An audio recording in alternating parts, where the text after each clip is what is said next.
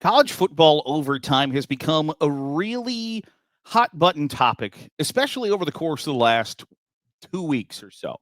And part of that is because you are seeing games go longer in overtime than we used to see them. But there is a almost a fundamental misunderstanding. For instance, on Christmas Eve, South Florida and San Jose State play 5 overtimes. On the day after Christmas, Toledo and Pitt play 6 overtimes. And in each of those games, you either on social media or the TV announcers will say something along the lines of, like, well, I thought this was supposed to shorten games. And they are. They are shortening games. It's just not in the way that the eye naturally perceives it, because there is a lot of standing around and waiting between these overtimes after overtime number 2. And but it does shorten the game, undeniably, absolutely, because it doesn't shorten the time length of the game. It shortens the plays for the players, which is the most important aspect. And now I don't have an issue with the college football overtime as it currently sits, because I think at the end of the day, overtime or whatever extra innings and like the purpose of it is to decide a winner at a much quicker pace than just let's do this again.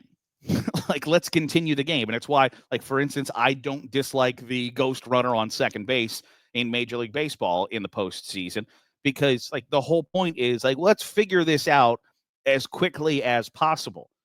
In the NFL, they don't then play another 15-minute quarter. They don't play another 60-minute game to decide the winner. In hockey, they don't put 5-on-5 back on the ice to play for an additional 20 minutes. In the NBA, they don't put 12 minutes on the clock to decide overtime. So I don't have an issue. And I've seen on social media some responses from college football fans that said, hey, we used to have the best overtime in all of sports. And there are people that disagree with that, by the way, that ardently disagree with that. And they believe that now that it is the way that it has been changed forever. It is not great. It is not what it once was. And I think I disagree with that, because when you get to one play and it's mano a mano, first of all, I think that is football at its core. Not to hate on the kickers, but do I want games to be decided by kickers or by 5 linemen, a tight end, fullback, running back, couple of wide receivers, quarterback, whatever? It's an easy decision. I would much rather it be offense versus defense to decide the game rather than field goal unit versus field goal block unit. So college football overtime is, in essence, as football can get. It is mano a mano. It is me versus you. It's my offense versus your defense, my defense versus your offense. Somebody is going to come out a winner. And I enjoy that aspect of it, that it is boiled down to, we are playing this thing in a bandbox, and whoever has the ability to shove somebody where they don't want to be shoved is going to be the winner. And so I really enjoy that aspect. But then on the flip side, even when you don't have a rooting interest in who wins and who loses, when you don't care whether it's South Florida or San Jose State, or you don't care if it's Toledo or Pitt, the overtime is still insanely interesting. It's very entertaining, and it has you on the edge of your seat, because there is a lot riding at stake with each individual play. You don't necessarily get that in many other different sports. Now, you might get that in an NFL overtime once.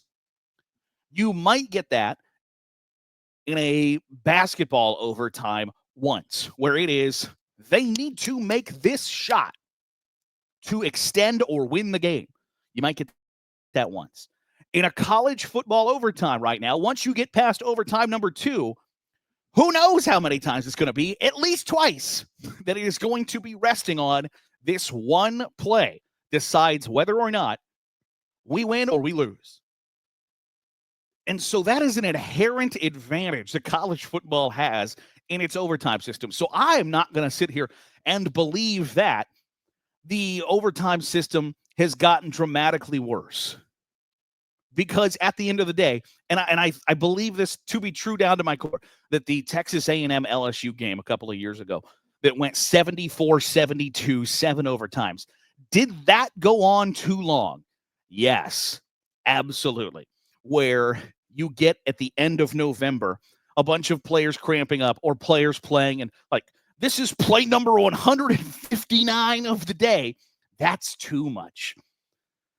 It really, honestly, truly is. And I know that, like, it's not an apples to apples comparison, right? That if you were to say, all right, here's this pitcher, he's on pitch number 210 of the day, you would be like, what the hell is going on there? It's not apples to apples. But I think there's a difference between how many plays happen in a college football game and how many plays the average fan thinks happen in a college football game on one side of the football, right? So, like, our eyes have been open to it a little bit from Travis Hunter playing both sides of the ball. That he playing, he played 110 snaps or whatever, is a lot. That's a lot of plays. And so, when you get to that situation where you can play 15 plays on one side of the ball in a 6 overtime game compared to 15 plays in a 2 overtime game or a 3 overtime game, I don't think that the sport has been diminished or we've seen that great overtime that everybody loves or apparently used to love. And I guess everybody's probably a bit of a stretch because there are some people who think placing the ball at the 25-yard line, well, that's not football. I disagree wholeheartedly. I think it is inherently, that's all it is football. There are people who say, okay, we're going to overtime, put 15 minutes on the clock, put the ball at the 30-yard line, let's kick this bitch off, and let's play. I disagree with that. I don't want field goals really at the end of the day playing a big factor in who wins, who loses, especially when you've gotten to that point of the game. So I love college football overtime as it's currently constructed. Is it better than it was before? I don't know that the answer to that question is yes. But to me, it's still great. It's still the best overtime period in sports.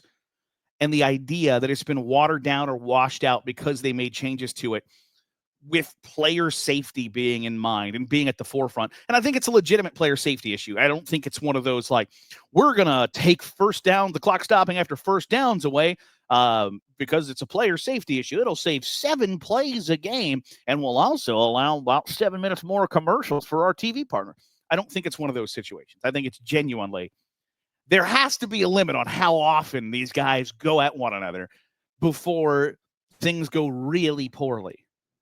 And I think the kind of condensed college football overtime that we currently have does as good of a job as possible of splitting the difference of still being a legitimate way to decide a winner without also running kids into the ground and absolutely depleting whatever they've got in their body.